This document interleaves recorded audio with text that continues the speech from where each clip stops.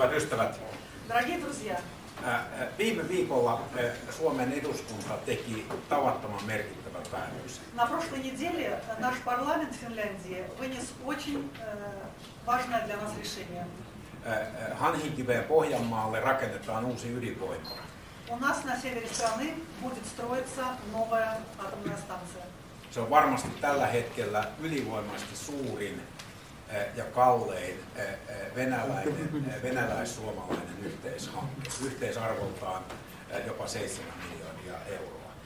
Стоимость проекта около 7 миллиардов евро, и это сейчас самый значительный совместный финско-российский проект, который будет реализовываться в Финляндии.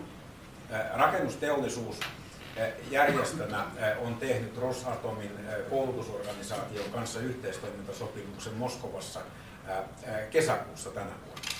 В июне этого года Росатом подписал первые соглашения с Финляндией.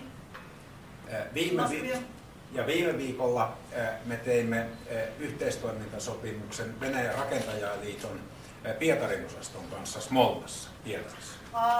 На прошлой неделе мы ездили в Санкт-Петербург и подписали соглашение о сотрудничестве с петербургским ССО, Союзом строительных объединений и организаций.